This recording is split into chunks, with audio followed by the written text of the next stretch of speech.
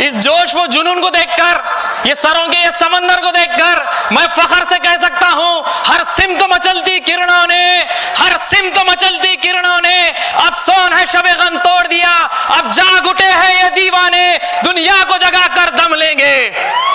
अब बज़ में जहां महकाएंगे या खून में नहा कर दम लेंगे। सोचा है मुकुंद नगर वालों, हर हाल में अपना हक अब लेके रहेंगे। इज्जत से जिए तो जी लेंगे, वरना जाम शहादत को पी लेंगे। तो इसी कारवां को आगे बढ़ाते हुए मैं अब हमारे सूफियान भाई को गुजारिश करूंगा कि वो आकर के अपने ख्यालात का इजहार करें।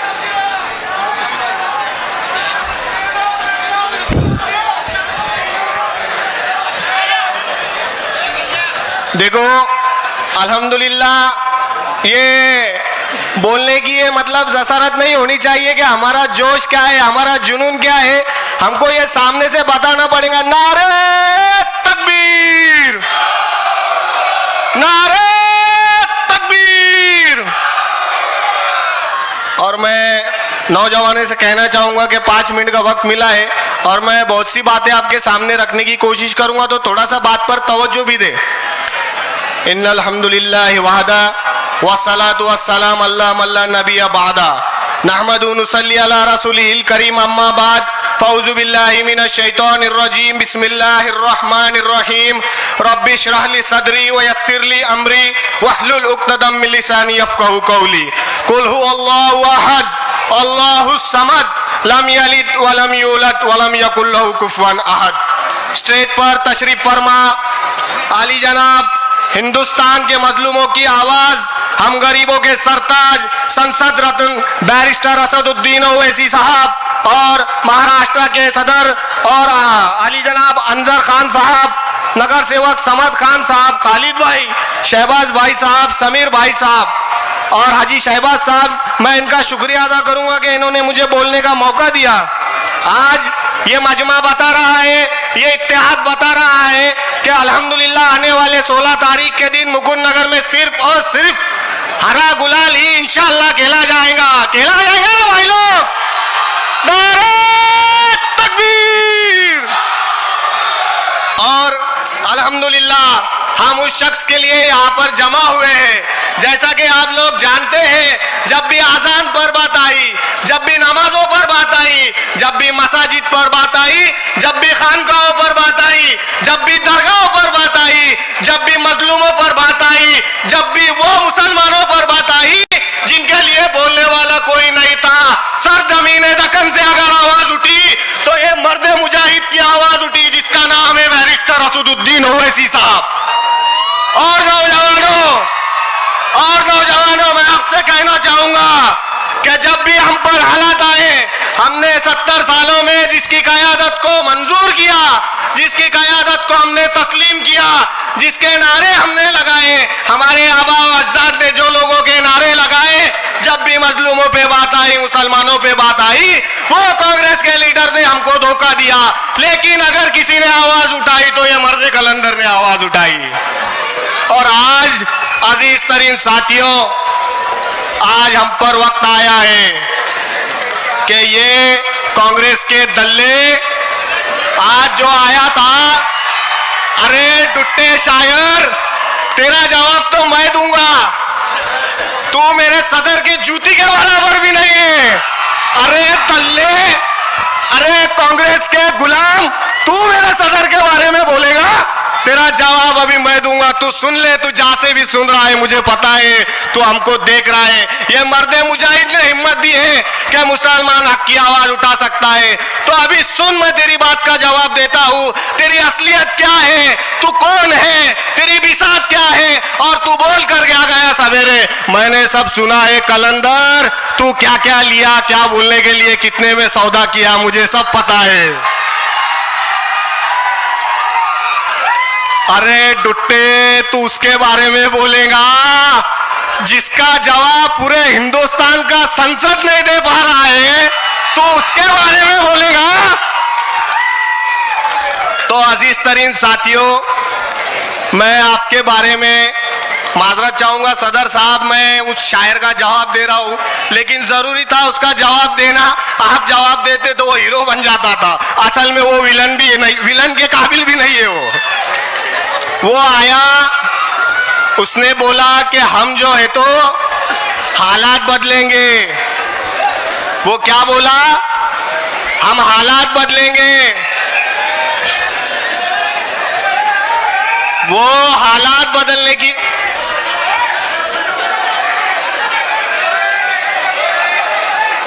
नीचे बैठ जाओ, नीचे बैठ जाओ, नीचे बैठ जाओ, नीचे बैठ जाओ। और वो बोला हम इनकलाब लाएंगे, हम हालात को बदलेंगे। तो मैं ये कहना चाहता हूं कि इनकलाब लाने के लिए खून में उबाल होना जरूरी होता है। शायरी करने से इनकलाब नहीं आता। इनकलाब लाने के लिए खून में जज्बा होना चाहिए, खून में उबाल होना चाहिए। और दूसरी बात, मैं वो लोगों को कहना चाहूंगा कि उतनी हिम्मत, उतनी जरूरत ये उम्मीदवारों में है जो आपके सामने बैठे हैं। कोई सेठ के पार्किंग पर हाथ रख के बैठने से इनकलाब नहीं आने वाला। कोई सेठ के पार्किंग पर खड़े कर हाथ रख के इनकलाब नहीं आने वाला। और तू कांग्रेस में रहकर कह रहा है कि इनकलाब आएगा। तू और कितने लाशें देखना चाहता है, और तू कितने माओ बहनों के सरों पे से दुपट्टे हटते हुए देखना चाहता है, और कितनी कोके फाड़ कर उनके औलादों को तू जमीन में गाड़ने का देखना चाहता है। और तू कब इनकलाब लाने की बात करेगा, जबकि आज हालात नासाज हो चुके हैं। और डुट्टे तू पूरे हिंदुस्तान में जो है तो मुशायरे करते फिर रहा है। अरे शायर, आज इनकलाब की जरूरत है, और इनकलाब ऐसे ही नहीं आता। अल्लाह ताला ने कुरान में फरमाया है कि मैं उस कौम के हालत जब तक नहीं बदलता जब तक कि वो खुद जुर्रत ना करे। ये दुनिया दारुल असबाब है मेरे भाइयों, मेरी पर्दा नशीन बहनें, आप सुन रही है। मैं जानता हूं आप पर भी बड़ी जिम्मेदारी है, मैं बड़ी जिम्मेदारी के साथ कह रहा हूं। ये दुनिया दारुल असबाब है, असबाब को इख्तियार करे बगैर इनकलाब नहीं आता। और ये मर्द मुजाहिद वही है जिसने जो है तो असबाब की शक्ल में जो है तो मजलिस इत्तेहादुल मुस्लिमीन पार्टी जो है हिंदुस्तान में मुसलमानों की एक आवाज बनकर खड़ी है। इसे कहते हैं असबाब। नारे तकबीर, नारे तकबीर। और रही बात दूसरी, जो महानगर पालिका के इलेक्शंस होते हैं, आपने देखा है अजीज तरीन साथियों, डेवलपमेंट भी आपने देखा है। 20 साल से अल्हम्दुलिल्लाह यहाँ पर आप सब देख रहे हैं। पहले की सूरत हाल क्या थी, आज की सूरत हाल क्या है। सच्चाई बयान करने का मौका मिला है तो मैं सच्चाई बयान करूंगा। आपने बनते हुए रास्तों को भी देखा है, उसका गवाह रहना। आपने कब्रस्तानों के होते हुए दीवारों को भी देखा है, आप उसका गवाह रहना। आपने बरीरा पार्क की उठती हुई दीवारों को देखा है। मैं उन माँ बहनों से कहना चाहूंगा 15 तारीख के दिन आप उस चीज का गवाह रहना, हर उस चीज का आप गवाह रहना। ये शख्स जो आपके सामने बैठा है, खान समद हाजी अब्दुल वहाब, आपने देखा है कि मुकुंद नगर को इसने सजाया है, आपने देखा है मुकुंद नगर को इसने संवारा है। 15 तारीख के दिन मेरी माओ बहनों से गुजारिश करूंगा, पर्दा नशीन माओ बहनें मुझे सुन रही है, मैं आपसे गुजारिश करूंगा किसी के बहकावे ना आना। बड़ा मसला खड़ा हुआ है हमारे सामने। आज जो है तो हमारे लिए इत्तेहाद की जरूरत है। अजीज तरीन साथियों, ये वक्त और है, और इसके पहले जो हमने इलेक्शन देखा वो वक्त और था। देखो ये जो शख्स खड़ा है ये बहुत बड़ी दीवार है अजीज तरीन साथियों, इसको ढहाने से बचाना है। और ये जो साथ में जो 3 लोग लिए हैं वो उस दीवार के पिलर है मेरे साथियों। मैं आपसे अर्ज करूंगा फिर एक बार, हमें असद साहब को अल्हम्दुलिल्लाह ये भरोसा दिलाना है कि आने वाले 15 तारीख के दिन हम पूरी 4 सीटें इंशाअल्लाह ताला किसी के बहकावे में आए बिगर, किसी के झांसे में आए बिगर। और मेरी पर्दा मशीन माओ बहनों, आपके हाथ में भी बहुत बड़ी जिम्मेदारी है। आज हालात नासाज चल रहे हैं, मैं आपसे गुजारिश करूंगा कि आपने वो बार बार सुना है कि फिर कहीं वो दौर ना आ जाए कि लम्हों ने खता की थी, सदियों ने सजा पाई। तो मैं आपसे गुजारिश करूंगा कि 15 तारीख के दिन जो है तो अपना वोट पतन के निशान पर दबाए और भारी बहुमतों से इनको जिताए। और असद साहब, मैं आज के सामने ये कहना चाहूंगा कि मेरा वोट उम्मत के नाम, मेरा वोट उम्मत के नाम, मेरा वोट मजलिस के नाम। अस्सलाम वालेकुम वरहमतुल्लाहि वबरकातुहू।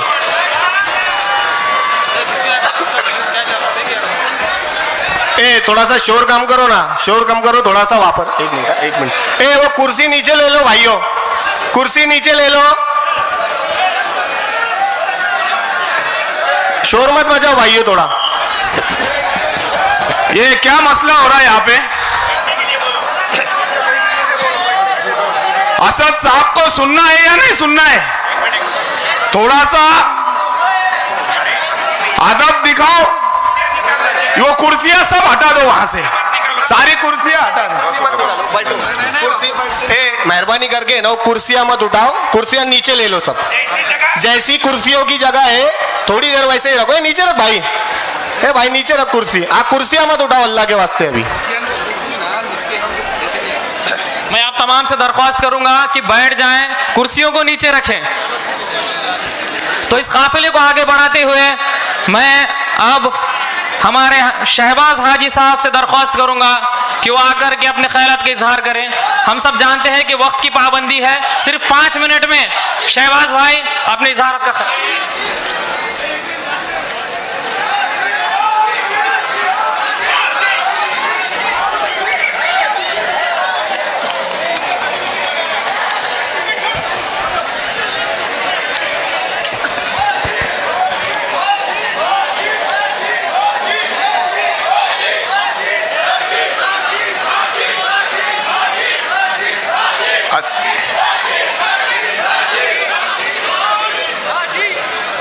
अस्सलाम वालेकुम। सबसे पहले मंच पे आए हुए हमारे खास मेहमान बैरिस्टर असदुद्दीन ओवैसी साहब, हमारे सदर इनका, और सफ़ीउल्लाह खान साहब, अंजर खान साहब, समद खान साहब और मंच पे उपस्थित सभी मेहमानों का मैं तहे दिल से शुक्रिया अदा करता हूँ। और कहना चाहता हूँ आपको, अल्हम्दुलिल्लाह भाई अदब दिखाओ। वो कुर्सियां सब हटा दो वहां से, सारी कुर्सियां।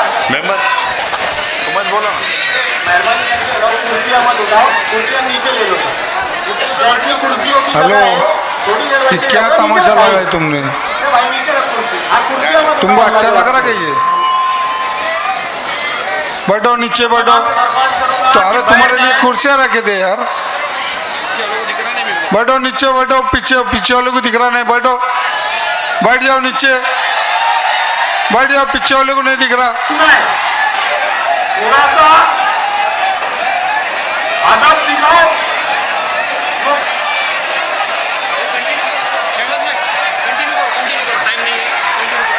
आप खड़े मत रहो, सामने पीछे वाले को भी ख्याल रखो। अल्हम्दुलिल्लाह 8:15 बजे सभा खत्म करने के बोलना, लोगों को खामोश रहो। मैं आप सभी को अंसार सुन रहे नहीं? अंसार, अंसार भाई, अंसार, अच्छा लग रहा है तुमको? ये अच्छा लग रहा है? ये क्या तमाशा लगाए तुमने यार? हाँ, कौन आए ले, क्या है? अरे नीचे बैठना है यार भाई। थोड़ा सा अदब दिखाओ। मैं आप सभी का इस मोहब्बत का बहुत बहुत शुक्रिया अदा करता हूं जो आप यहाँ पर आके खड़े हैं। ये अरे वो बात नहीं होता, नहीं आप बोल दो, फिर उनको बोल रहे हैं बहुत बड़ी पार्टी है। खड़े रहो, तुम बोलो।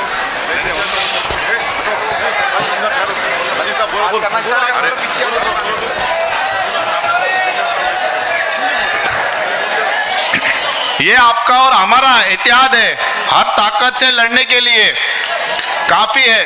असद साहब, मैं आपको बताता चलूं कि आज सुबह यहाँ पर एक सभा हुई, वो सभा है या मुशायरा, ये किसी को पता ही नहीं था।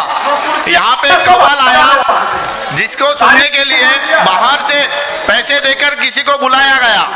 ये मैं ऐसे ही नहीं बोल रहा हूँ, मेरे पास पूरा प्रूफ है। और ये जो यहाँ पर खड़े हैं, ये मोहब्बत है।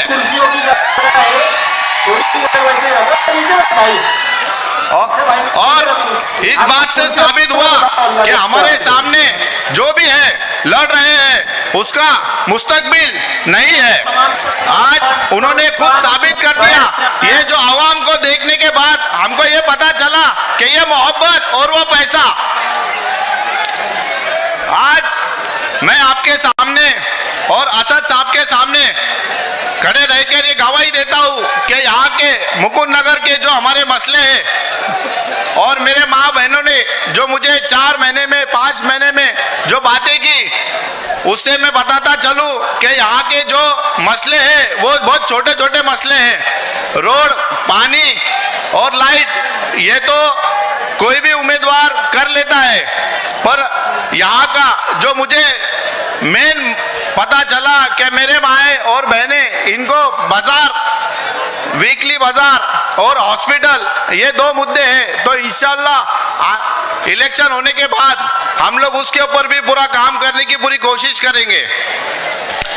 असद साहब, मैं इस बात ये मंच पे जरिए ये बताता चलूं कि अपने सामने जो एजुकेशन का मसला आया है समाज के लिए, तो ये एजुकेशन के मसले से हम काफी दिनों से काम कर रहे हैं और वो उस काम का रिजल्ट ये है कि आज अल्हम्दुलिल्लाह लगभग 130 बच्चों का एजुकेशन इस नाचीज बंदा मैं खुद करता हूँ।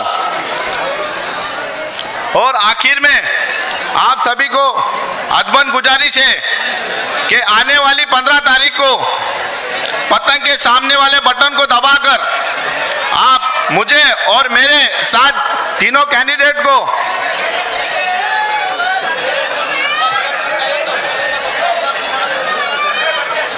इस मंच पर खड़े रहने के लिए, मेरे पास और बोलने के लिए बहुत कुछ था, पर अब वक्त के हिसाब से मुझे बोलने की अभी ये हो रही है। तो मैं जाने से पहले एक आपको शायरी सुनाता चलूं कि हम लोग मजलिस के साथ क्यों है। जहां भी हक की बात जो बेखौफ कहे वो नाम मजलिस, मजलूम की आवाज बने वो मुकाम है मजलिस।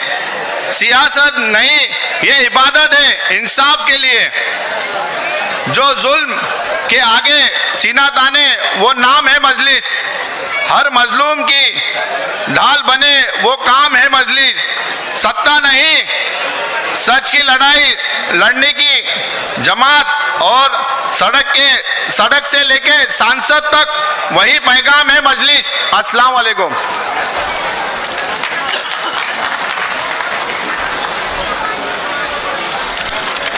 बहुत बहुत शुक्रिया। अब इसके बाद मैं हमारे खालिद भाई से दरख्वास्त करूंगा कि वो आकर के अपने ख्यालात का इजहार करें।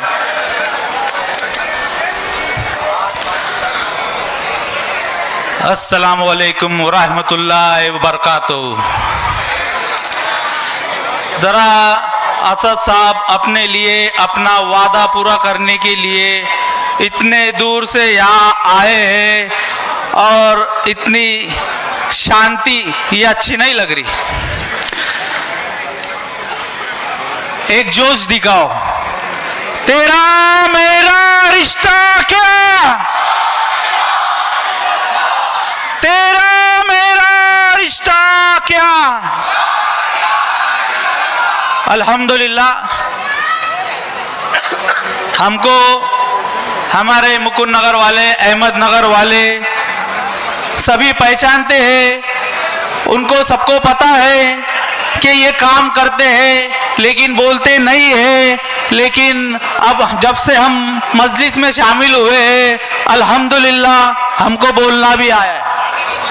असद साहब, हम मजलिस में आए बाद ही बोलना सीखे, लेकिन उससे पहले जितने भी हम जिनको भी लीडर मानते थे, जिनको भी हमने हमारे कांधों पर रात रात भर यहाँ मुकुंद नगर में उनकी सवारियां कराई है, उनसे हमको कुछ हासिल नहीं हुआ।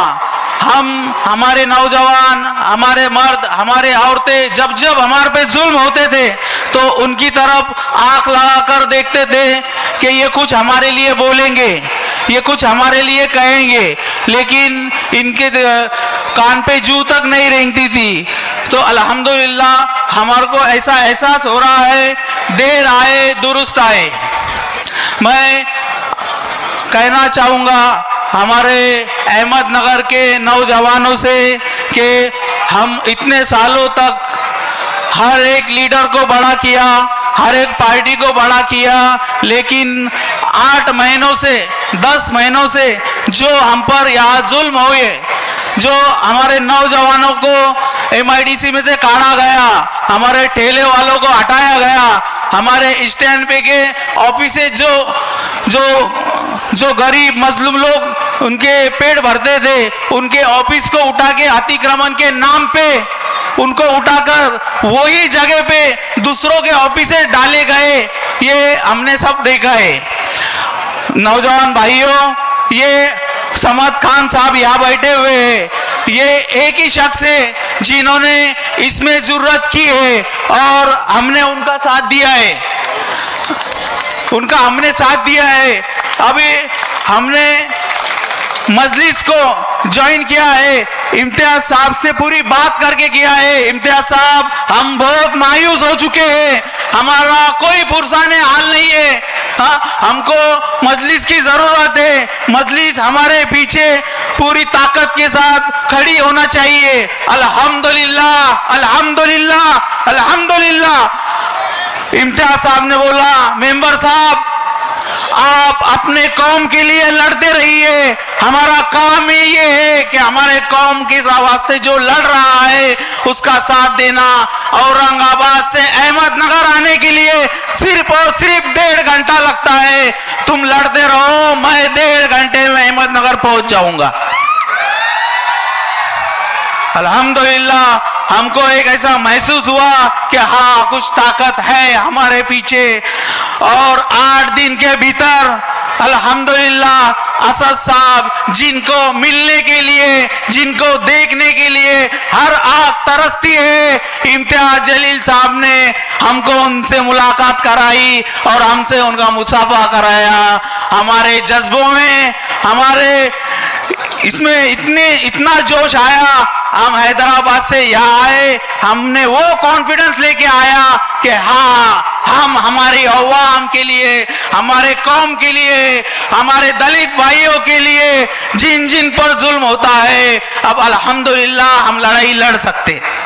देखो भाइयों, हमने तो पहल की है, यहाँ इतनी बड़ी बड़ी ताकतें हैं, हमको उनसे लड़ना है, हमारी लड़ाई उनसे है। ये जबरदस्ती पाँव में आ रही दरिया, ये हमारे कॉम्पिटिटर ही नहीं है। अल्हम्दुलिल्लाह हमको लड़ाई बड़ी लड़नी है, तो मैं चाहता हूँ कि आप हमारा साथ दो। हमने बहुत बड़ा कदम उठाया है मेरे भाइयों। देखो, कौन बोल नहीं सक रहा था 8 महीने से, 6 महीने से, किसने कहा, किसने बोला, किसने जरूरत दिखाई है। नौजवानों, तुम्हारे को उनके पीछे ताकत बन के खड़े रहना पड़ेगा। आप हमारा साथ देंगे या नहीं? मजलिस को मजबूत करेंगे क्या नहीं? बस मैं ये कहना चाहता हूँ, 15 तारीख को कुछ नहीं देखना, बहुत से रिश्वत दी जाएंगी, बहुत सी लालच दी जाएंगी। देखो, अपना बच्चों का, अपने एरिया का, अपने शहर का मुस्तकबिल कुछ पैसों में, चंद पैसों में मत बेचो। मैं आपसे एक दरख्वास्त कर रहा हूँ, ये लड़ाई हमको आगे बहुत ज्यादा लड़नी है।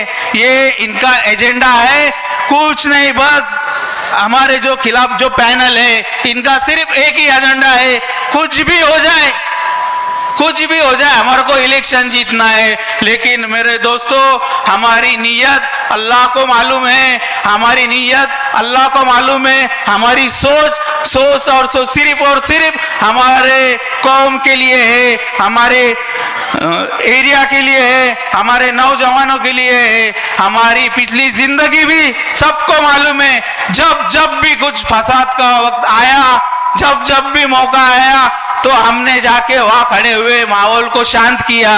ये अभी आ रहे 1 साल हुआ, 6 महीने हुए, अभी इलेक्शन आया तो इनको कौम याद आ रही।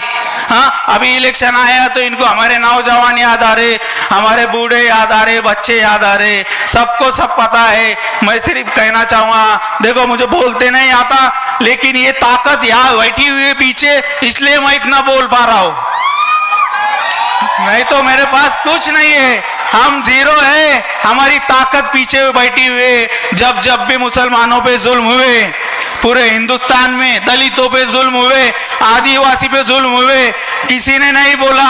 70 साल से जिनको हमने वोट दिए, आग बनकर कभी बूथ में हम जाते थे तो हमारे को पंजा दिखता था। अभी बस हो गई पंजान पिंजा, पतंग के मांझे से पंजे को काट देना है। काटेंगे ना मेरे भाइयों, हमने बहुत बड़ा कदम उठाया है, हमारे को हमें आपकी साथ की जरूरत है। बस इतना कहूंगा, कुछ भी बोलने में गलती होगी सदर साहब तो मैं माफी चाहूंगा। अस्सलाम वालेकुम रहमतुल्लाहि व बरकातहू। बहुत बहुत शुक्रिया खालिद भाई। अब इसके बाद मैं समद भाई से दरख्वास्त करूंगा कि वो आकर के अपने ख्यालात का इजहार करे। समद भाई।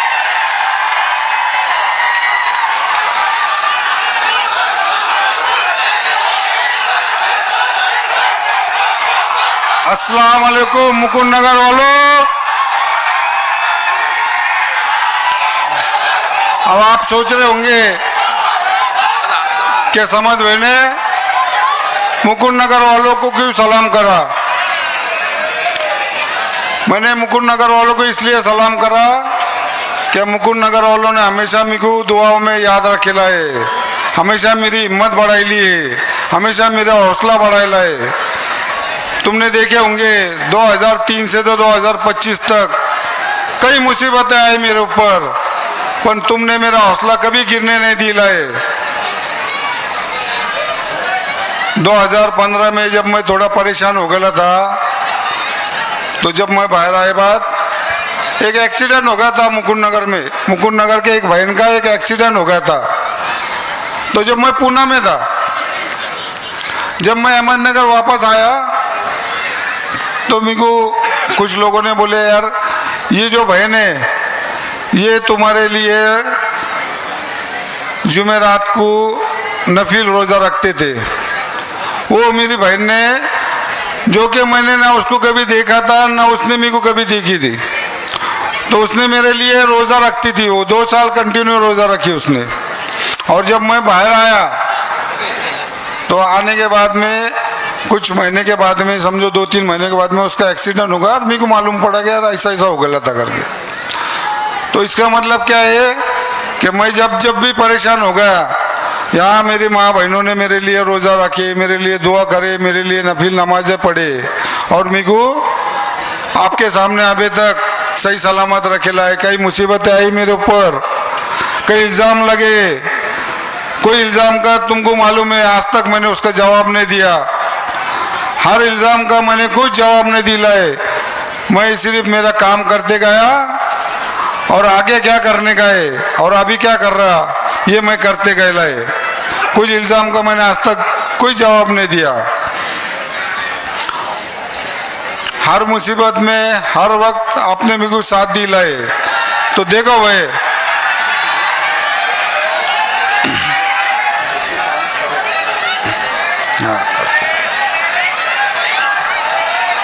चिल्लाओ मत ना यार, मैं भूल जा रहा हूँ।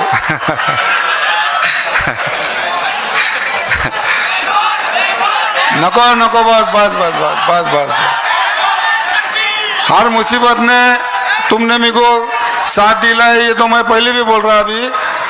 पर देखो भाई, अभी जो हालात जो अहमदनगर शहर के पिछले आमदारकी के बाद पैदा हो गए, इसके पहले भी तुमको जब भी कुछ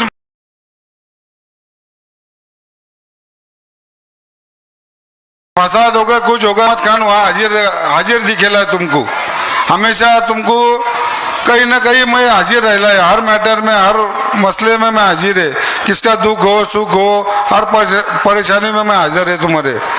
अभी तुमने देखे भाई पिछले 1 साल से जिनका अपन ने सुन के आज जो अपन ने जो नुकसान भी नहीं बोलेंगे क्यों, तो जो उसके फितरत में था उसने बता डाला वो क्या चीज़ है घर, पर उसका फायदा वो आज जो MIDC का जो पुल का काम हो गया है चालू, ब्रिज का काम चालू हो गया है, 140 करोड़ का काम चालू हो गया, तो ये बिना आमदार के पूछे बगैर बिना आमदार के माफी मांगे बगैर ही चालू नहीं हो सकता, बराबर ना।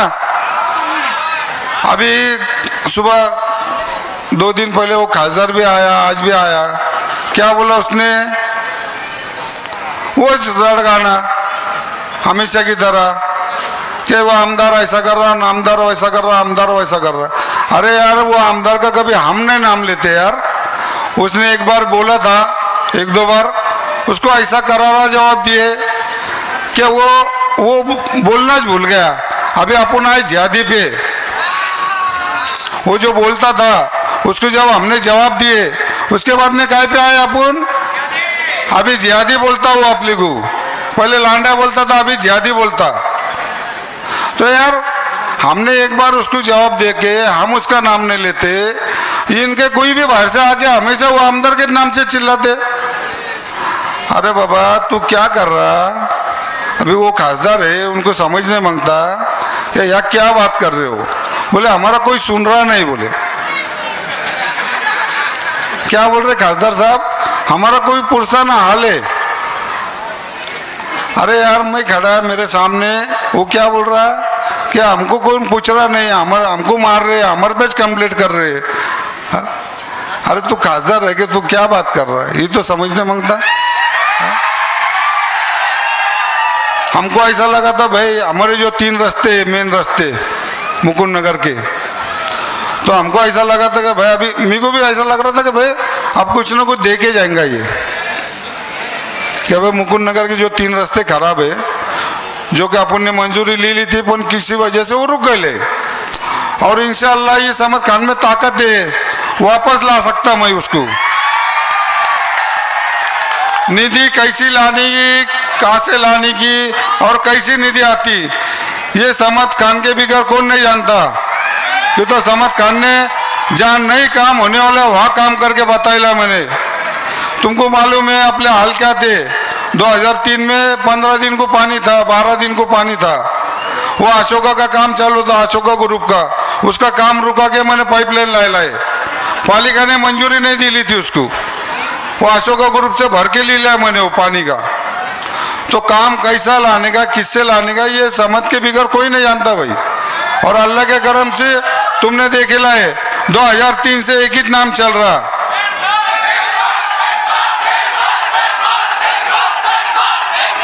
एक कायम 3 रिटायर।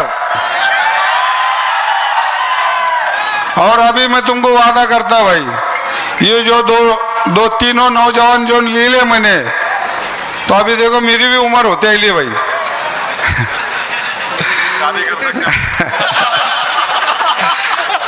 ये जो 3 नौजवान लीले, समीर भाई, खालिद भाई, हाजी साहब, तो कम से कम है अभी ये नौजवानों को साथ देने का अपने को, ये जो तुमको मालूम है मैं जैसा हर मसले में आगे रहता वैसा ये तीनों भी हर मसले में आगे रहते।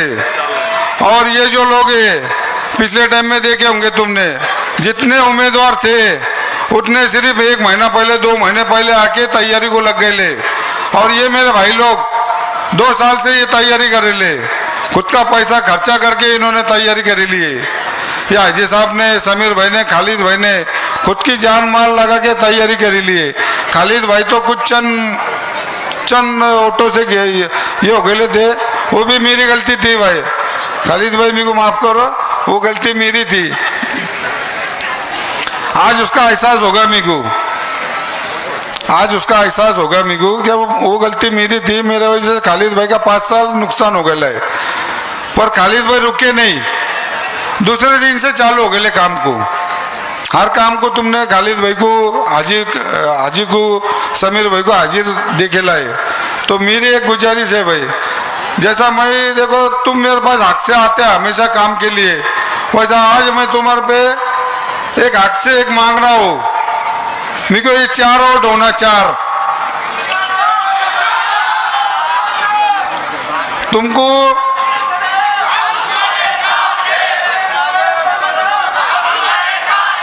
देखो भाई, मेरा अगर तुमको थोड़ा भी रहेगा कुछ नहीं क्या भाई, समझ भाई ने काम करा, समझ भाई हर मसले में हाजिर रहते, तो थोड़ा भी ऐसा रहेगा तो इसका मेरे को बदला मांगता। देखो बदला तो मेरे को अल्लाह देने वाला, पर मैं एक मेरी मजबूरी के वास्ते, मेरे कौम के वास्ते इसका बदला मांग रहा हूँ मैं तुमको। ये आज के हालात के वास्ते मैं इसका बदला मांग रहा हूँ तुमको। ये जो 3 लोग है तो ये खांधे को खांधा लगा के खड़े रहने वाले लोग है। ये मेरे बाद में कोई तो भी होना ना यार। आज देखे होंगे तुमने, कोई आता क्या शहर का भी, हम रहते ना, तो भाई मेरे बाद में कोई तो भी खड़ा रहे हर मसले पे, विकास काम के लिए बोलो, समाज काम के लिए बोलो, शैक्षणिक काम के लिए बोलो, हर मसले में ये चारों खड़े रहेंगे। मैं तुमको ये वादा देता, और ये चारों वोट मेरे को निवड़ के लाके दो, इंशाअल्लाह इसको फुल स्टॉप लगेगा। ये जो 3 रिटायर होते ना हमेशा, इसको फुल स्टॉप लगाने वाले अपन, और मैं नहीं लगाने वाला, इनका काम लगाने वाला है।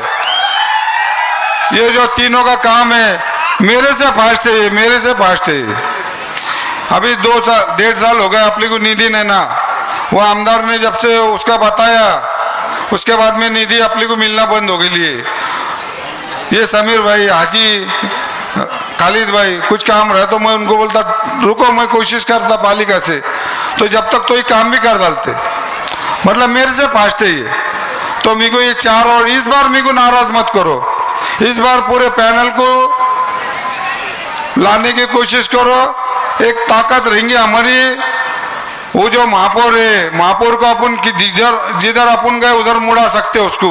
और मैं असद साहब के सामने एक वादा कर रहा तुमको, असद साहब भी मेरे को एक वो इजाजत देंगे कि जैसे आज पब्लिक जमीली है, इंशाअल्लाह हम चारों निवड़ के आए बाद भी हमने किधर जाना, हमने कौन से पार्टी को सपोर्ट करना, ये पब्लिक ठहराने वाली है। ये अहमदनगर शहर की पब्लिक ठहराने वाली, क्या हम किधर जाएंगे। तो देखो जैसे मेरे को दुआ देते रहे, ऐसी दुआ कायम रखो मेरे ऊपर, बस। अल्लाह हाफिज। बहुत बहुत शुक्रिया समद भाई। अब इसके बाद मैं मजलिस इत्तेहादुल मुस्लिमीन के नौजवान रियासती सदर जनाब अंजार साहब के कैलेंडर का इफ्तिताह करना चाहता हूँ। बैरिस्टर असदुद्दीन ओवैसी साहब के हाथों जनाब अंजार साहब के कैलेंडर का इफ्तिताह होने जा रहा है।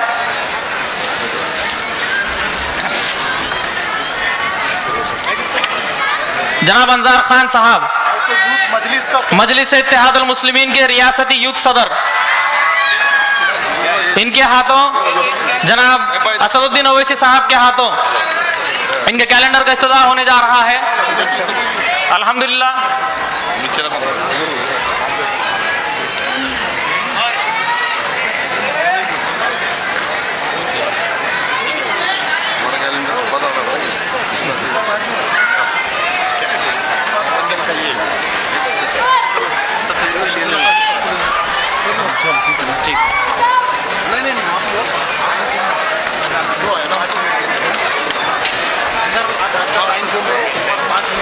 बहुत बहुत शुक्रिया। अब इसके बाद मैं मजलिस इत्तेहादुल मुस्लिमीन के रियासती नौजवान सदर जनाब अंजार साहब से दरख्वास्त करूंगा कि वो आकर के अपने ख्यालात का इजहार करें। बिस्मिल्लाहिर्रहमानिर्रहीम, अस्सलामु अलैकुम वरहमतुल्लाहि वबरकातुहू। स्टेज पे जलवा अफरोज़ आपके और मेरे कायद बैरिस्टर असदुद्दीन ओवैसी साहब, और यहाँ पर आए हुए सब दीवाने समद खान साहब के, हाजी शहबाज साहब के, समीर भाई के और हमारे खालिद भाई के, अस्सलामु अलैकुम। अब ये भीड़ मुझे लगता है कि 3 दिन कुछ लोगों की नींद हराम कर चुकी है, और नींद भी हराम हो चुकी है, और भूख हड़ताल पे ये लोग आज जाने वाले हैं। आज 500-700 का मजमा ने बता दिया कि 500-700 की ताकत और बिना पैसे से बुलाए हुए लोगों की ताकत।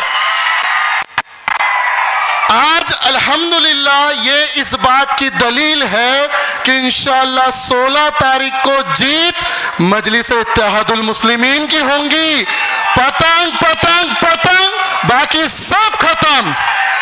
और आज मैं बता दूं, आज हमारी दावत पर मेरे सदर बैरिस्टर असदुद्दीन ओवैसी साहब यहाँ पर आए।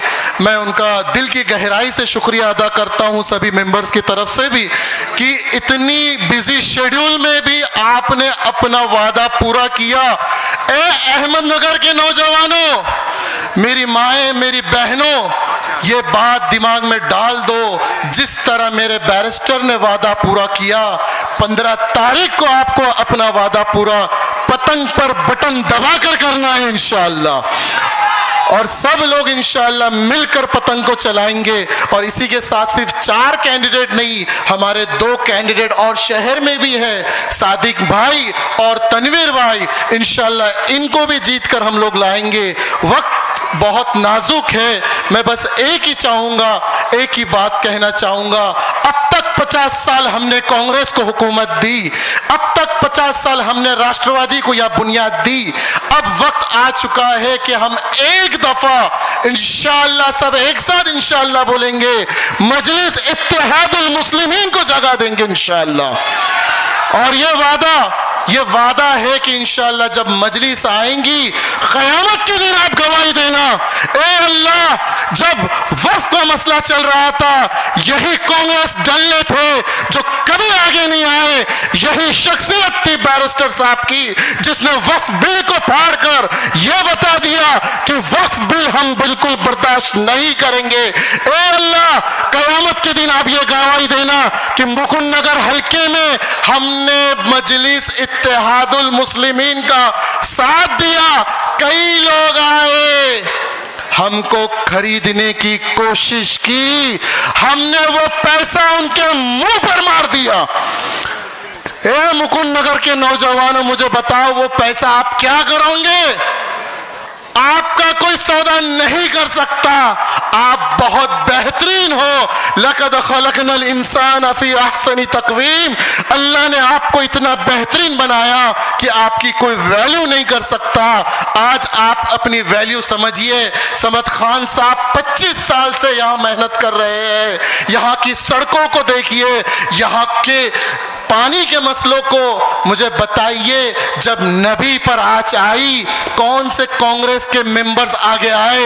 यही समद खान थे, और यही खालिद शेख थे, और यही हाजी शहबाज थे, और यही समीर शेख थे कि जिसने अपनी जिंदगियां दांव पे लगा दी इस्लाम के खातिर। मेरे भाइयों, अब मौका आया है कि उनको हम उसका पूरा पूरा फल दे। इंशाअल्लाह सब मिलकर कहे कि इस बार सिर्फ और बाकी सब। जज़ाकल्लाहु खैरा। वक्त की किल्लत को समझते हुए मैं अपना वक्त बैरिस्टर साहब को देता हूं। बहुत बहुत शुक्रिया अंजार साहब। अब इसके बाद मैं मजलिस इत्तेहादुल मुस्लिमीन के महाराष्ट्र जॉइंट सेक्रेटरी और वेस्टर्न महाराष्ट्र प्रेसिडेंट जनाब शफीउल्लाह खाजी साहब से दरख्वास्त करूंगा कि वो आकर के अपने ख्यालात का इजहार करें।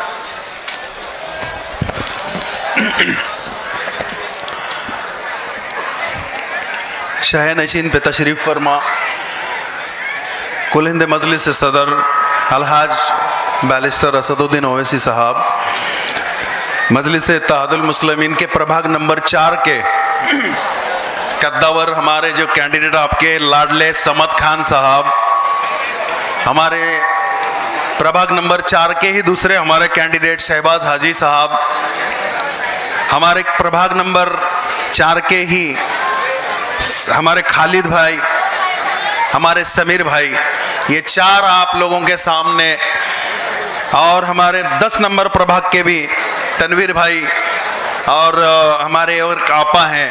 तो तमाम 6 कैंडिडेट के एतबार से आज अहमदनगर शहर में आज जो एक जलसा लिया गया, तो इसमें आप तमाम की हाजिरी। मुझे लगा सिर्फ समद भाई इतना एक ही रोड आपका भरा हुआ है, मैं थोड़ा पीछे जाकर आया तो इतना ही पैरेलल रोड उधर भी भरा हुआ है और इसके बाजू वाला भी एक रोड भरा हुआ है। और एलईडी पे तमाम मेरी माए बहनें घर के आंगन में बैठ के ये जलसा और देख रहे हैं, असद साहब को देख रहे हैं।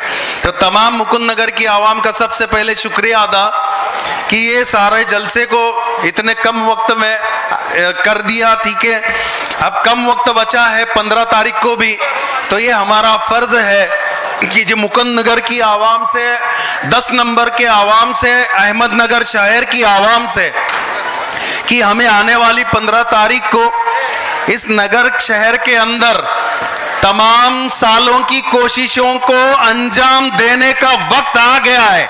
आया है नहीं आया है? कई बार कोशिशें की गई यहाँ पे मजलिस ना पनपे।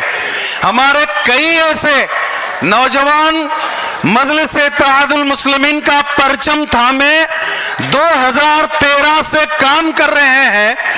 यहाँ तमाम लोगों को इतना परेशान किया गया, जेलों में डाला गया।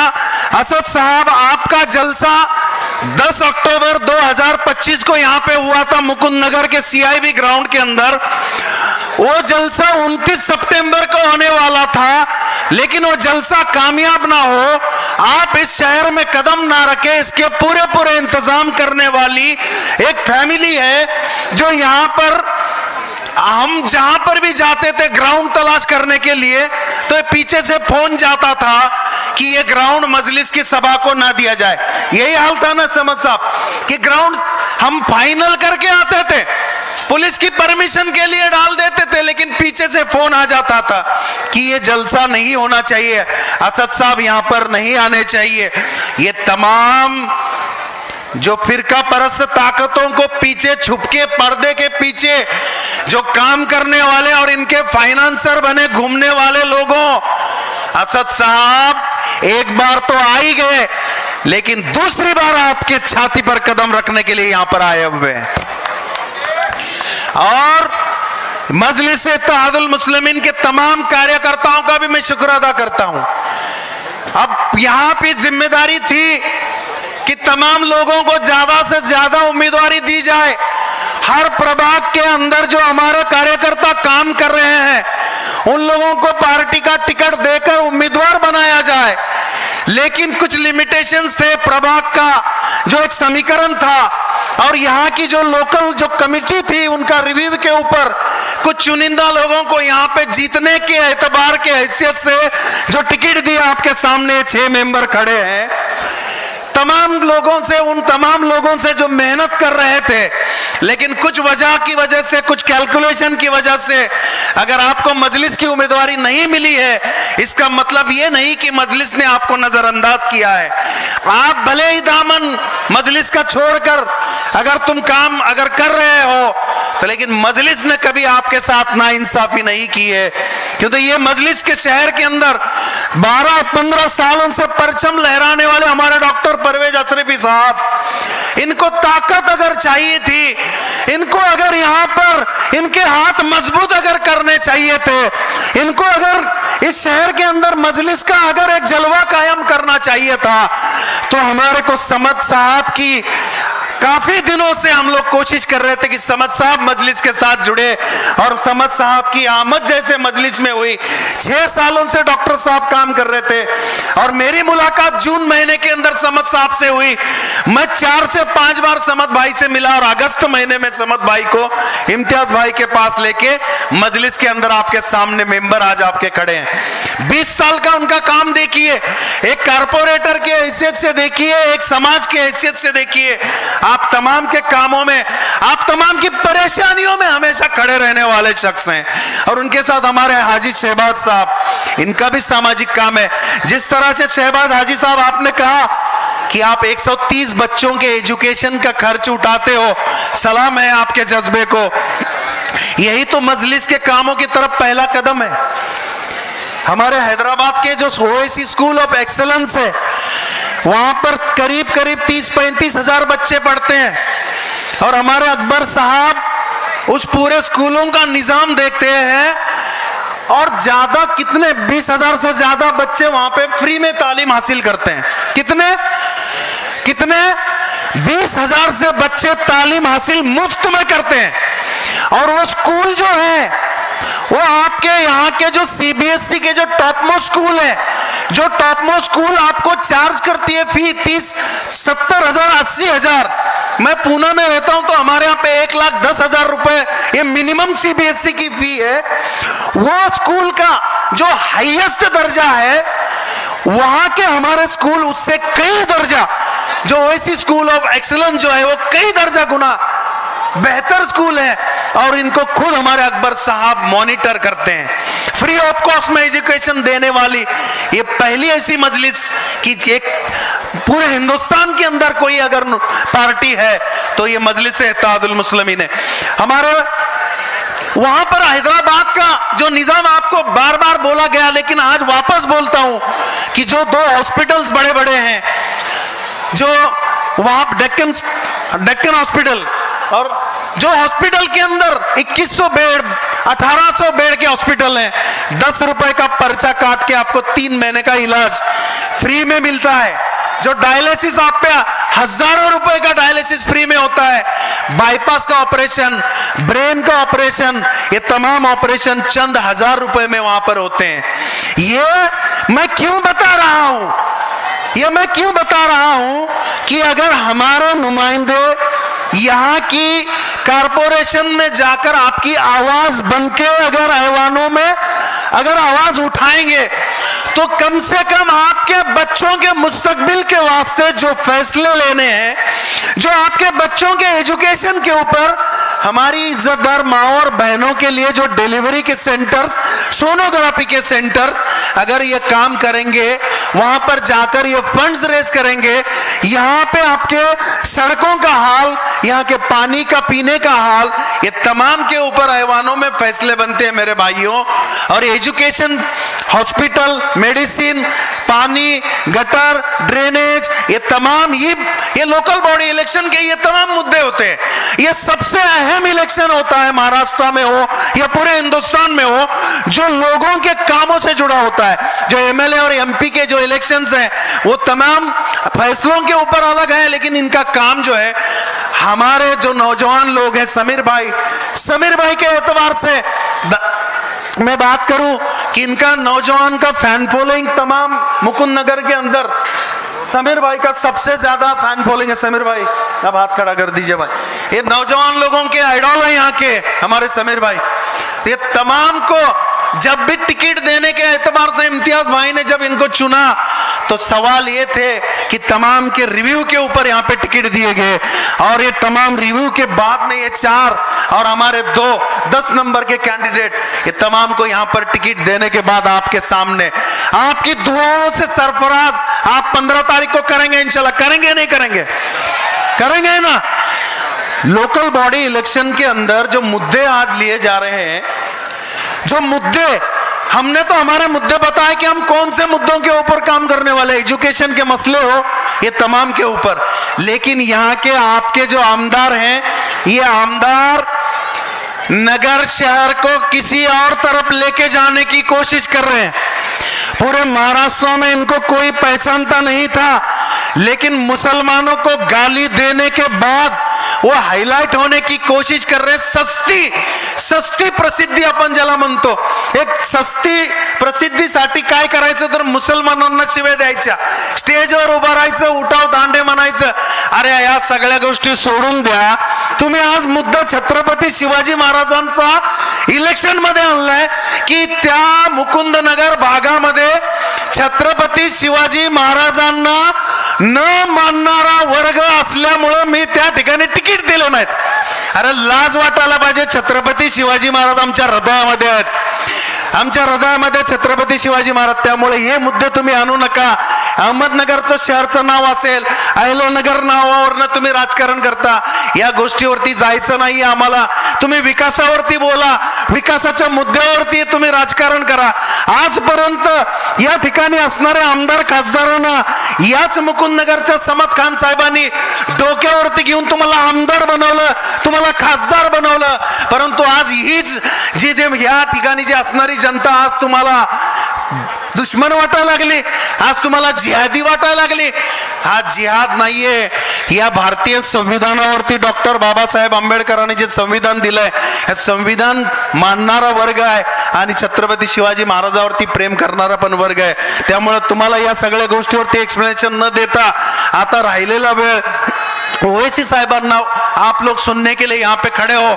मैं आप तमाम से गुजारिश करता हूँ कि आने वाली 15 तारीख को तमाम नौजवानों से अपील है कि आप सुबह उठेंगे और आपके तमाम लोगों को, बुजुर्गों को, माओ बहनों को ले जाकर पतंग के निशान के ऊपर वोटिंग करने के लिए कोशिश करेंगे, मेहनत करेंगे, ज्यादा से ज्यादा वोट करेंगे और इंशाल्लाह 16 तारीख के दिन इस मुकुंद नगर में और प्रभाग नंबर 10 में अहमदनगर शहर का जो आसमान है ये हरे रंग के पतंग से इंशाल्लाह लहराएगा. लहराएगा नहीं लहराएगा? दुआ करता हूं और पतंग चलाइए और 17-18 तारीख के बाद इंशाल्लाह वापस एक जश्न होगा और असद साहब आपके बीच में आएंगे और ये जीते हुए कैंडिडेट का इस्तकबाल भी करेंगे, इंशाल्लाह करेंगे. मैं आपकी यहाँ से मेरे को सुनने के लिए तमाम का शुक्रिया अदा करता हूं और शहबाज आगे की कार्रवाई के लिए बहुत बहुत शुक्रिया काजी साहब. अब जिनका हमको बेसब्री से इंतजार था, हम सब के कायद मजलिस इत्तेहादुल मुस्लिमीन के सर हैदराबाद के रुकने पार्लियामेंट जनाब असदुद्दीन ओवैसी साहब आपसे खिताब करेंगे.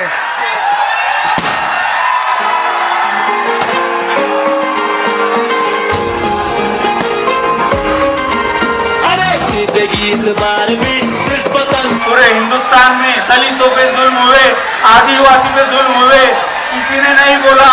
70 साल से जिनको हमने वोट दिए. बिस्मिल्लाहिर्रहमानिर्रहीम. अस्सलाम वालेकुम व रहमतुल्लाहि व बरकातुहू. मुकुंद नगर की मोअज़्ज़िज़ अवाम, बुजुर्गान कौम और मिल्लत, मेरे नौजवान साथियों, इज़्ज़तदार माँ और बहनों, मजलिस इत्तेहादुल मुस्लिमीन के चाहने वालों, आप तमाम का बेहद शुक्रिया कि आज आपने अपना कीमती वक्त निकाल कर यहाँ पर मजलिस इत्तेहादुल मुस्लिमीन के अहमदनगर में इंतखाबी जलसे में आपने शिरकत की. शे नशीन पर तशरीफ़ फरमा जनाब शफीउल्लाह काजी साहब,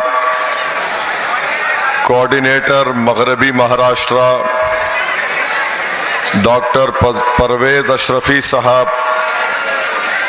ज़िला कोऑर्डिनेटर अंजर खान साहब, यूथ प्रेसिडेंट प्रभाग नंबर 4 के उम्मीदवार मोहतरम जनाब समद खान साहब, मोहतरमा शहनाज खालिद शेख साहिबा, मोहतरमा सलमा जाकिर शेख साहिबा, जनाब शहबाज हाजी सैयद, प्रभाग 10 के उम्मीदवार शाइस्ता तनवीर पठान साहिबा,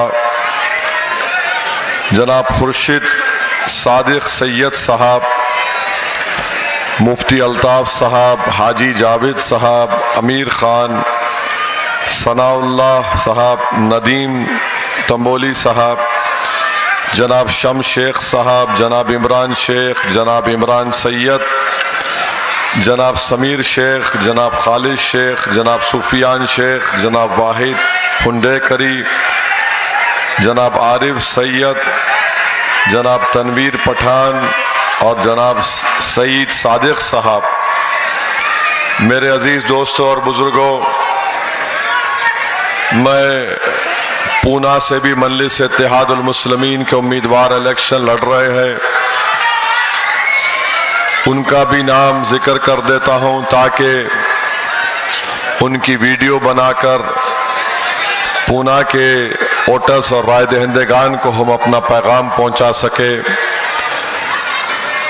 पूना के प्रभाग नंबर 6 के यरवाड़ा के उम्मीदवार जनाब शैलेंद्र भोसले साहब, नीलोफर शेख साहब, तौसीफ कुरैशी, कोंडवा प्रभाग नंबर 19 के मोहतरम आसमा खान साहब, नूरुल्लाह शेख साहब, जनाब मुबीन खान, प्रभाग नंबर 2 के इमरान भाई शेख। मैं पुणे के तमाम राय दहिंदगान से अपील करता हूं कि वो प्रभाग नंबर 6, प्रभाग नंबर 19 और प्रभाग नंबर 2 के मजलिस इत्तेहादुल मुस्लिमीन के 7 उम्मीदवार को पतंग के निशान पर बटन दबाकर कामयाब करें। आप मुझे माफ़ कर दीजिए कि मैं बज़ाते खुद नहीं आ सका। आपसे अपील करने के लिए वोट की इस वीडियो मैसेज के ज़रिए मैं आपसे गुजारिश कर रहा हूं। कोल्हापुर के प्रभाग नंबर 12 के हमारे उम्मीदवार MJ सैयद हैं। कोल्हापुर के प्रभाग नंबर 12 के राय दहिंदगान उम्मीदवार सैयद साहब को कामयाब करें। और ये वाहिद मजलिस इत्तेहादुल मुस्लिमीन का उम्मीदवार है, बावजूद इसके कि अजीत पवार के राष्ट्रवादी कांग्रेस के लोगों ने MJ सैयद को डरा धमका कर उठा कर लेकर गए। उसको डराया कि अगर तुम नहीं विड्रॉ करेंगे तो तुमको हम फुला करेंगे, ये करेंगे। मगर मैं सलाम करता हूं MJ सैयद की बहादुरी को कि इसने इन गुंडों के दबाव में आए बगैर आज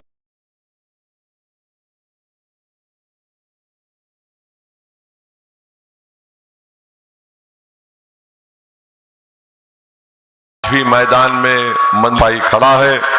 मैं कोल्हापुर के अवाम से अपील करता हूं कि पतंग के निशान पर MJ सैयद को वोट देकर कामयाब करें। अब आ जाइए अहमदनगर के प्रभाग नंबर 4 के मैं समद खां साहब की मुख्तसर और बड़ी अच्छी तकरीर को सुन रहा था। एक बात समझ में नहीं आई कि समद खां साहब बोल रहे कि मैं बुढ़ा हो जा रहा हूं, मैं ऐसा हो जा रहा हूं। समद खां साहब आपकी उम्र क्या है? मेरे से 1 साल छोटे हैं।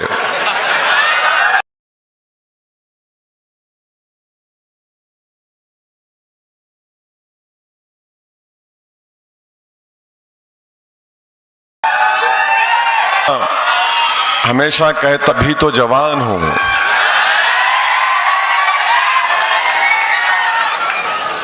तो जब मैं जवान हूं, आप भी जवान हैं। तो ऐसा है समद साहब, इंसान अपनी सोच से बूढ़ा हो जाता। अगर सोच यंग रही तो हमेशा जवान रहता उन्हें। तो अल्हम्दुलिल्लाह, अल्लाह आपको सेहत से रखे। ये आपका बड़ापन है कि आपने जो बातें कही हैं, मुझे यकीन है कि हमारे हाजी साहब और मोहतरमा शहनाज खालिद शेख और मोहतरमा सलमा जाकिर शेख के ये तमाम लोग ना सिर्फ आपके साथ रहेंगे, जैसा आपने कहा आपके बाजू रहेंगे, बल्कि इंशाअल्लाह ताला प्रभाग नंबर 4 में जो अवाम की तकालीफ होगी वो इंशाअल्लाह ताला उन तकालीफ को दूर भी करेंगे। और हमारे भाई ने तकरीर में कहा कि वो बड़ा फैसला लेकर मजलिस इत्तेहादुल मुस्लिमीन में आए हैं। मैं उनको इस बात का तयक़ुन देता हूँ कि इंशाअल्लाह ताला हम आपके भरोसे को शर्मिंदा होने नहीं देंगे। जहाँ कहीं भी आपको मेरी भी ज़रूरत पड़ी तो मैं भी हिंदुस्तान के अगर किसी कोने में रहा तो जल्द से जल्द अहमदनगर को और आपके प्रभाग नगर 4 में पहुंचने की पूरी कोशिश करूंगा। और हाजी साहब ने कहा कि वो 250-300 बच्चों को तालीम दिला रहे हैं। ये बहुत ही बड़ा और नेक काम है। अगर हम मुसलमान गरीब बच्चों को तालीम के जेवर से आरास्ता कर देंगे, इससे बड़ा काम हम कुछ नहीं कर सकते। इनको तालीम याफ्ता बना लें तो इंशाअल्लाह ताला वो खुद ताकतवर बन जाएंगे। मैं उनका भी शुक्रिया अदा करता हूँ। और ये जलसा ख़त्म करके मुझे प्रभाग नंबर 10 में जाना है। वहाँ पर भी वहाँ की आवाम से मुलाकात करना है। वहाँ जलसे का परमिशन नहीं मिला तो कम से कम मैं जाकर वहाँ के जिम्मेदारों से मुलाकात करके उनसे मैं गुजारिश करूंगा कि प्रभात नगर 10 से मोहतरमा शाइस्ता, तनवीर पठान और जनाब खुर्शीद सादिक सैयद साहब को वो वोट देकर कामयाब करें। मेरे अजीज दोस्तों और बुजुर्गों, 15 तारीख के दिन जैसा कि समद साहब ने कहा, अगर आप ये 6 मजलिस के उम्मीदवारों को पतंग के निशान पर बटन दबाकर कामयाब करेंगे तो हमारी तायीद के बगैर कोई भी नगर में महापौर नहीं बना सकेगा इंशाअल्लाह ताला। हम बादशाह घर के मौक़िफ़ में रहेंगे, जिसको चाहे उसके सर पे ताज रखेंगे और जिसको हम पसंद नहीं करते उसको तख्ते पे लिटा देंगे। तो मेरी आपसे गुजारिश है कि आप हमारी इस बात को सच साबित करिए और अपने एक एक वोट का इस्तेमाल पतंग के निशान पर करिए। याद रखिए, दुश्मन भी यही चाहता है कि समद खान और उनके 3 साथियों की तरह कोई बहादुर और बेबाक कॉरपोरेटर मुंतखब ना हो जाए। उनका मकसद एक ही है कि यहां से ऐसे लोगों को कामयाब करवाया जाए जो उनकी गुलामी कर सकें। समद खान और उनके 3 साथी कामयाब होंगे। इस प्रभाग से 4 उम्मीदवार मंजलिस के मुंतखब होंगे तो जालिमों को शिकस्त होगी, इनका जुल्म खत्म होगा और इनका जो गुरूर और तकब्बुर है कि हमारे पास बहुत दौलत है, वो दौलत की भी शिकस्त होगी। तो मेरी प्रभाग नंबर 4 के तमाम राय दहिंदगान से खास तौर से अपील है, मैं असदुद्दीन ओवैसी आपसे गुजारिश कर रहा हूं कि आप इनको ना सिर्फ भारी अक्सरियत से 4 को मुंतखब करिए, बल्कि जो मुकाबले के लिए आ रहे हैं उन तमाम की जमानत जब्त करवा कर आप एक पैगाम दीजिए कि दौलत काम में नहीं आती, खिदमत खल्क और उसका जज्बा काम में आता है। जो लोग दौलत की ताकत पर राजनीति को गंदा कर रहे हैं, ऐसे लोगों से हमको दूर रहने की जरूरत है। और अगर 14 की रात ये लोग हजरत इबलीस के एजेंट बनकर नोट बांटेंगे, पूरे हिंदुस्तान में अगर नोट बांटेंगे तो आपका काम यह है फोटो लेना, वीडियो बनाना, उसको वायरल करना। और अगर वो ज्यादा डरा रहे तो ले लीजिए, समद भाई को पूछिए, बैतुल खला बनाएंगे उनके नाम से। पूरे हिंदुस्तान में जो पैसे देगा उसके नाम से बैतुल खला बनेगा इंशाअल्लाह। तो आप तैयार है ना भाई? मगर पैसे मत लीजिए। याद रखिए, अल्लाह रज़्ज़ाक़ है, इंसान कुछ भी नहीं कर सकता। और मैं खास तौर से हमारी माँ और बहनों से गुजारिश कर रहा हूं कि मैं आज जब दोनों दरगाह शरीफ को गया, जो मोहब्बत का इजहार हमारी इज्जतदार माँ और बहनें कर रही थी, मुझे यकीन है समद खान साहब कि 99 नहीं बल्कि 100% ख़वातीन का वोट पतंग के निशान पर दबने वाला है इंशाअल्लाह ताला। मैं आपको बता रहा हूं, एक बड़ा ही दिलचस्प वाकया हुआ। बिहार में इलेक्शन हुआ, हम 5 सीट जीते और इलेक्शन जीतने के बाद मैं वापस गया उन तमाम 5 असेंबली हल्के जात में उनका शुक्रिया अदा करने के लिए। तो मैं किसी जगह पर गया, नमाज पढ़ के मस्जिद के पास जा रहा था तो वहां पर खवातीन थी। उन्होंने मुझसे कहा कि ओवैसी साहब, आपको मालूम हम कौन हैं? मैंने कहा मुझे क्या मालूम।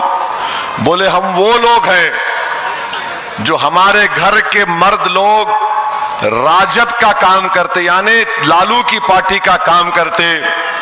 वो हमारे घर में सबको बुलाकर बोले लैंटेन को वोट दो, मगर हम तमाम खवातीन ने खामोशी से ये तय कर लिया, 15 खवातीन ने हम ओवैसी को पतंग छाप को वोट देंगे और हमने आपको वोट दिया। तो ये है मामला। तो जो लोग मंजलिस की मुखालिफत भी कर रहे, तुम कर लो, तुम्हारे घर का वोट तो पतंग को मिलने वाला है इंशाअल्लाह ताला। ये होने वाला है, देखो आप हंस रहे, होने वाला है। मंजलिस जब 1962 में जब हमारे मरहूम कायद सालार मेरठ इलेक्शन लड़े, 62 में साड़ियां बांटी गई थी। सोचो आप, 62 में। तो एक इलाका है मक्का मस्जिद चार मीनार के पीछे महाजरीन कैंप बोलते, वहां पर एक मरहूम लीडर थे हनीफ साहब, अल्लाह उनकी मगफरत करे। हनीफ साहब की वालदा उन्होंने ये बोले सालार को बुला के, फिक्र मत करो, साड़ियां दे दिए, हम वही साड़ी पहन के जाके तुम्हारे को वोट देंगे सलाहुद्दीन ओवैसी। तो ये काम हुआ है। तो ये जमात यहां तक जो पहुंची है, इसमें हमारे खवातीन का बहुत बड़ा अहम रोल रहा है, बहुत बड़ा अहम रोल रहा है। ऐसे ऐसे खवातीन हैं जिनको हम जानते भी नहीं, मगर पोलिंग के दिन एक शेरनी की तरह वो रोल अदा करती है मंजलिस की कामयाबी के लिए। मैं उन तमाम खवातीन को सलाम करता हूं। हमारे मौजूदा एमएलए चार मीनार के मीर जुल्फकार अली साहब, पहले कॉरपोरेटर थे समद भाई, वो जुल्फकार साहब कॉरपोरेटर का इलेक्शन लड़े। उस वक्त का चीफ मिनिस्टर एनटी रामाराव थे। एनटी रामाराव की ताईद में तेलुगु देशम के रायलसीमा का इलाका है आंध्र प्रदेश में, वहां से बास तेलुगु देशम के लोग आए और बम फेंके पोलिंग बूथ के ऊपर। वहां पर बम मिलता, बकेट में मट्टी रहती, बम रहता, सब बम फेंके। सालार गाड़ी में है मेरे वालिद मरूम, एक हमारी मां पैर पे जख्म लगा, खून निकल रहा पोलिंग बूथ के पास। सालार बोले उठाओ इनको, पर दवा खाने लिख जाओ। तो उस हमारी बहादुर मां ने कहा सालार खून तो बह रहा है, 2 मिनट मेरे को खाली बूथ पे लिख जाओ, मैं बैलेट पेपर था उस समय, मैं मोहर मार के दवा खाने को जाती। खून निकल रहा था पैर से। ऐसी मां और बहनों की कुर्बानियों से मजलिस इत्तेहादुल मुस्लिमीन को अल्लाह ने कुर्बानियां, और उनकी कुर्बानियों की वजह से अल्लाह ने यहां तक हमको लेकर आए। मेरे भाई आप जानते नहीं, इतने इतने वाकयात है हमारे खवातीन के। मैं 2009 का पार्लियामेंट का इलेक्शन गर्मा में आया, कड़ाके की गर्मी, मेरे ख्याल से 40 डिग्री से ज्यादा गर्मी थी। एक ज़ईफ मियाँ बीवी, मुझे ये कारवान टोली चौकी के इलाके की बात कर रहा हूं, मुझे बुलाए, एक माँ ने अपने घर में बुलाया, पर्दे में थे, बोले बेटा बहुत गर्मी है, तू मेरे बेटे के जैसा है। मुझे बुलाकर पानी पिलाया और कहा कि बेटा ये छतरी लेकर चल, तू तेरा धूप में चलना मेरे कलेजे को तकलीफ पहुंच रही है। अब बताइए कौन ये मोहब्बत कैसे पैदा होती है? क्या कोई दौलत लेके इस तरह की मोहब्बत पैदा कर सकता है? नहीं पैदा कर सकता। हम मर्द लोग ये समझते हैं कि हम ही सब कुछ हैं, मगर हम ये नहीं जानते कि हमारी माँ और बहनों में, हमारी बेटियों में भी उतना जज्बा है। हम आकर नारे लगाते, मगर वो खामोशी से देखते, दुआ करते, खुश होते, अपने आंखों में आंसू लाकर समझते कि ये हमारा नुमाइंदा है, इसको कामयाब करना।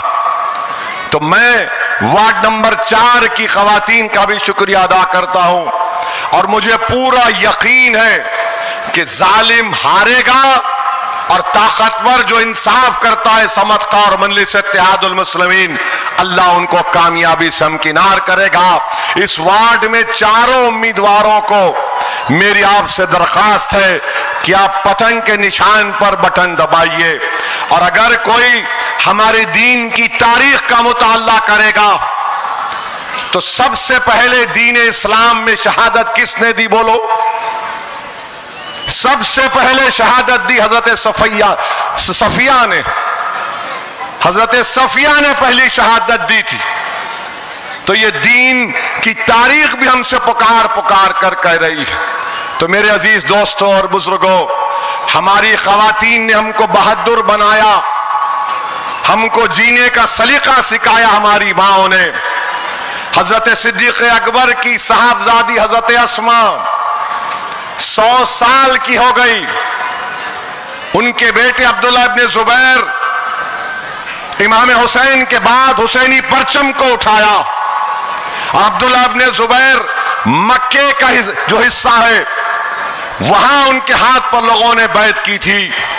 हज्जाज बिन यूसुफ आया, जालिम था, उनके साथ जितने लोग थे कम पड़ गए।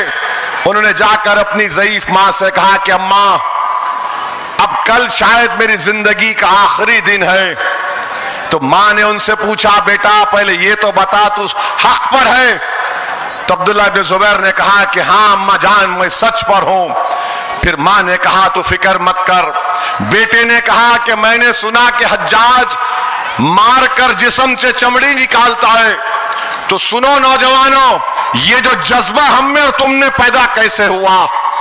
हजरत अस्मा ने कहा, बेटा जब बकरी को जुबा किया जाता है उसके बाद उसको कोई तकलीफ नहीं होती, उसको कोई तकलीफ नहीं होती। अब्दुल्ला इब्ने जुबैर शहीद हो गए। हज्जाज ने उनकी लाश को मक्के में लटका दिया और हज्जाज ने पैगाम भिजाया कि मैं हजरत अस्मा से मिलना चाहता हूं। हजरत अस्मा सिद्दीक अकबर की साहबजादी थी। उन्होंने कहा आओ बोलो उसको, मैं उसके पास नहीं जाऊंगी। हज्जाज गया और कहा कि देखा मैंने तेरे बेटे को लटका दिया, वो लटक रहा है 2 दिन से।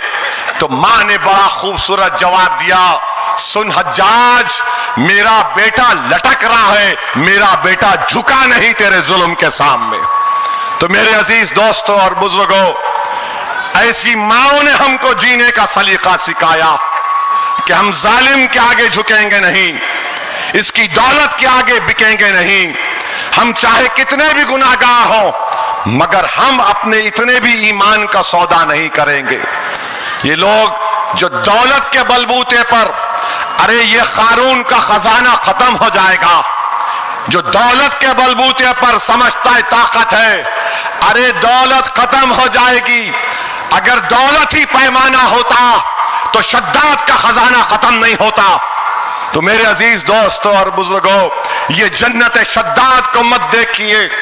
हमारा काम जुस्तजू करना है, पार्टी को लेकर आगे बढ़ना है। मजलिस इत्तेहादुल मुस्लिमीन आपकी आवाज है, इसको मजबूत करिए। 15 तारीख को अपना एक वोट पतंग के निशान पर डालिए। और सही कहा समद खान ने, ये पुकारते लोग इन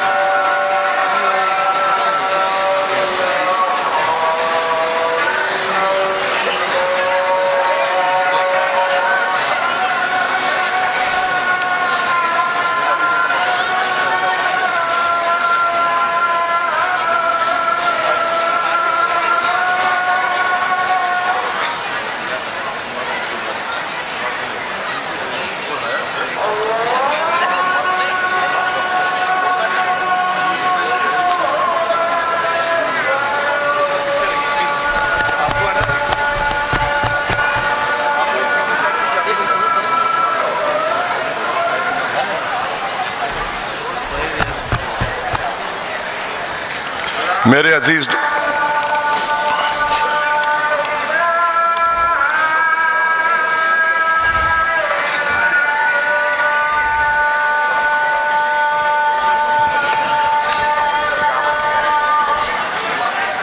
बिस्मिल्लाहिर्रहमानिर्रहीम। मेरे अजीज दोस्तों और बुजुर्गों, हम ख़वातीन के बारे में आपसे अर्ज कर रहे थे। गो ये इंतखाबी जलसा है, मगर मैं इस मौके का फ़ायदा उठाते हुए हमारे नौजवानों से अपील करूँगा कि अपनी माँओं की इज़्ज़त करो।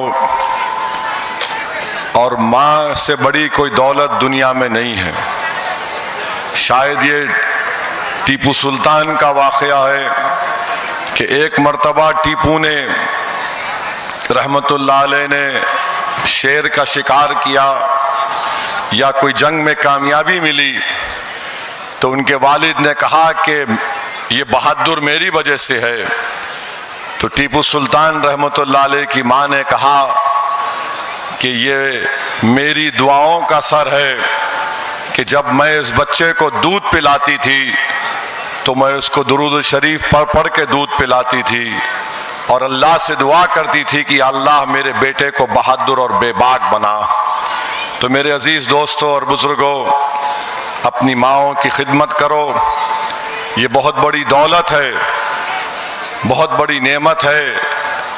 अब मर्द वही है जो अपनी माँ और बीवी के दरमियान में बैलेंस करना, समझे ना। बीवी भी है, माँ भी है, दोनों भी अहम है। एक इधर झुके परेशानी, उधर झुके परेशानी। तो वो कामयाब मर्द वो है जो अपनी बीवी को भी इज्जत से रखे और माँ का भी एहतराम करता रहे। बहरहाल मेरे अजीज दोस्तों और बुजुर्गों, 15 जनवरी के दिन आप तमाम को मजलिस को वोट देना है। मैं हमारी बहनों से जो हमारे उम्मीदवार है उनसे अपील कर रहा हूं कि आप लोग बेबाक होकर काम करिए, बेखौफ होकर काम करिए, मगर एक बात का ख्याल रखिए कि हर कोशिश अदब के दायरे में अगर होगी तो उसमें और ज्यादा बरकत होगी। मेरे अजीज दोस्तों, ये सिर्फ खवातीन के लिए नहीं है, मर्द हजरात के लिए भी है।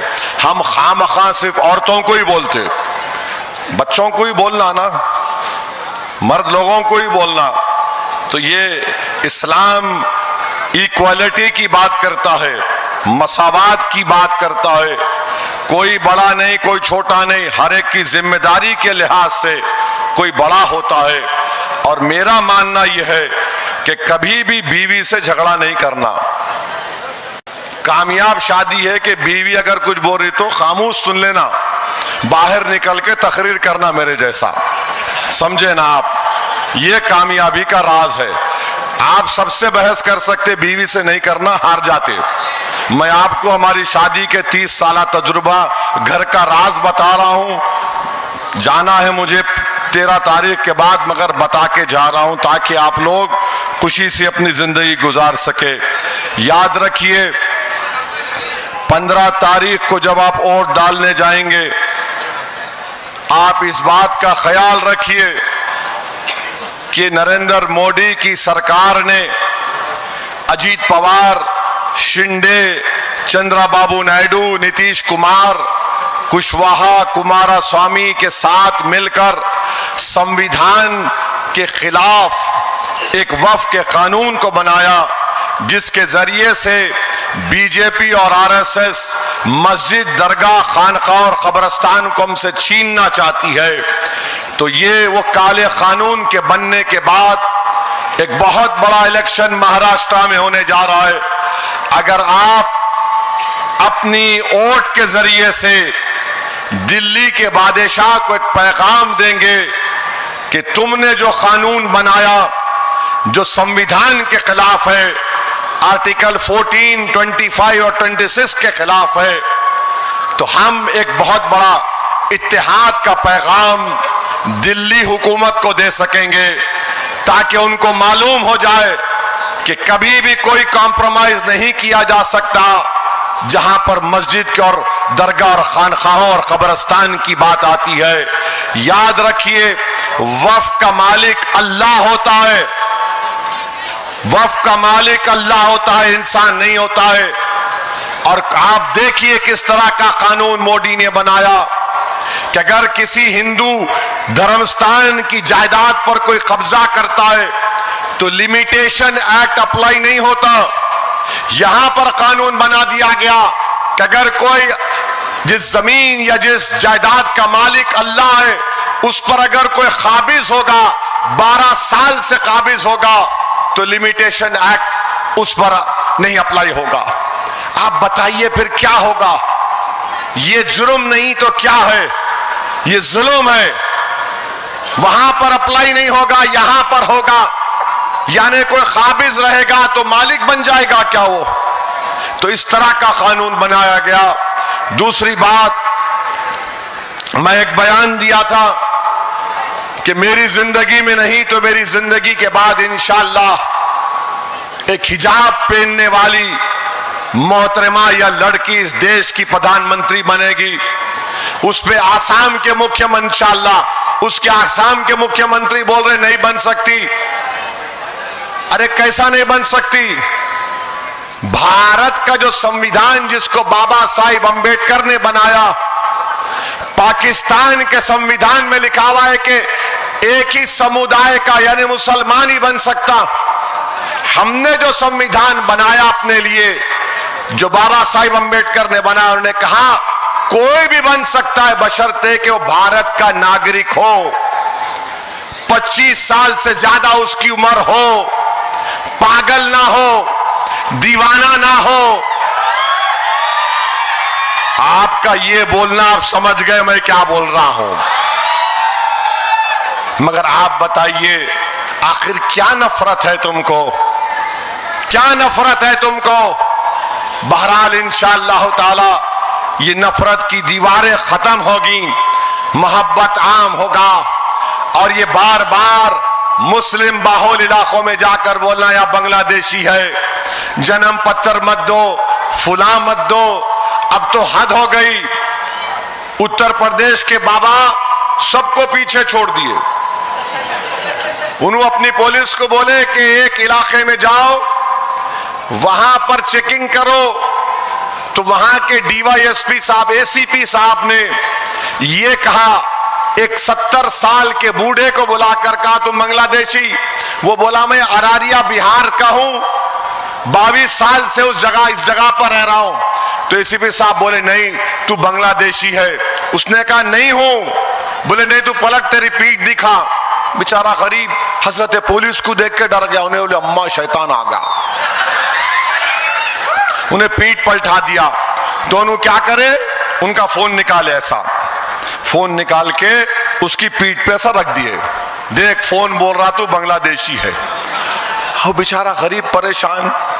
तो मैं ये बोलना चाह रहा हूं कि अब फोन रख के देख रहे, काश ये बीजेपी आरएसएस के लोग, भारत के वो करोड़ों लोग जो गरीब हैं, उनके पेट पर रखकर ये कोई फोन बोलता कि पेट में कितने मर्तबा खाना खाया, कितना भूखा है वो। अरे तुम फोन के जरिए से नफरत की मिसालें पेश कर रहे हो। याद रखो तुम्हारा नफरत तुमको ही एक दिन इंशाअल्लाह ताला कमजोर करके रख देगा। तो मेरे अजीज दोस्तों और बुजुर्गों, मुझे ज्यादा कुछ नहीं कहना है।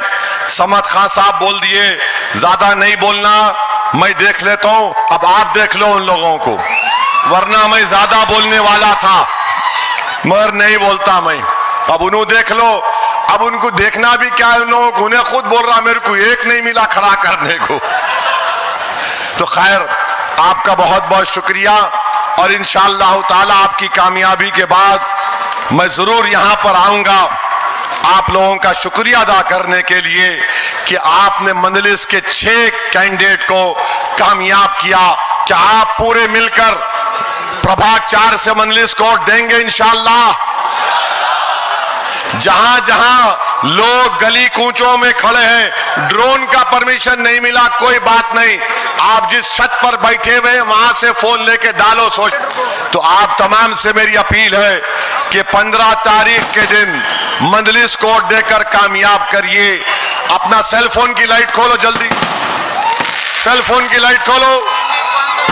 पूरे सेल फोन की लाइट खोलो, छत वाले भी खोलो लाइट, पूरे लाइट खोलो भाई, लाइट खोलो, यहां भी लाइट खोलो।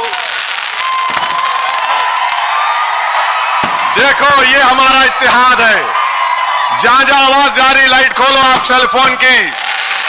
तो लगाओ मेरे साथ नारा, नारे तकबीर, नारे तकबीर, नारे तकबीर।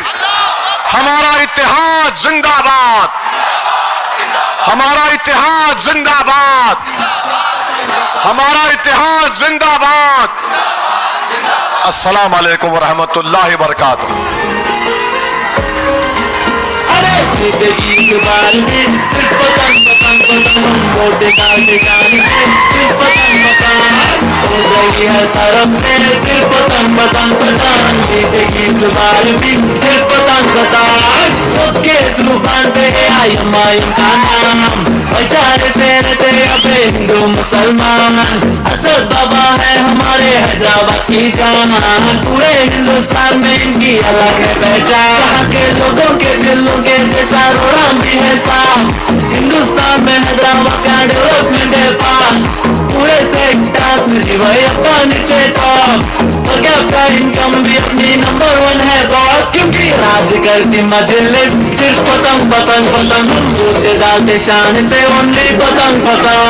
जिंदगी से बार में सिर्फ पतंग पतंग पतंग, वोट डालते शान से सिर्फ पतंग पतंग, उड़ रही है तरफ से सिर्फ पतंग पतंग पतंग, आ रही है शान से सिर्फ पतंग पतंग।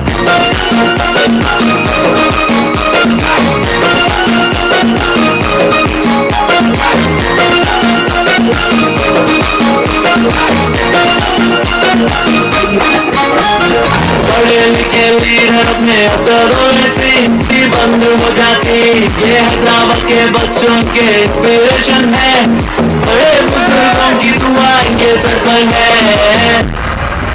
अरे दिलदार है मजलिस सिर्फ पतंग पतंग पतंग, वोट डालते शान से सिर्फ पतंग पतंग, उड़ रही है तरफ से सिर्फ पतंग पतंग पतंग, आ रही है शान से सिर्फ पतंग पतंग। पतंग पतंग पतंग पतंग, बार भी चीज में देखो अपार, पतंग पतंग पतंग पतंग, यानी स्पेशल खाते अपार, पतंग पतंग।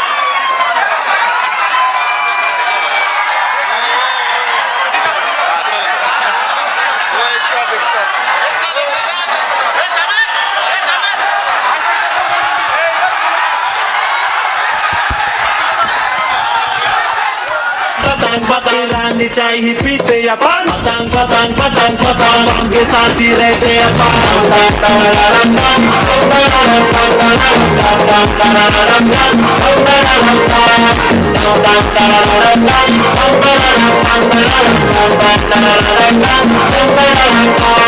नवंबर 30 फिर से पतंग वोट डालते शान से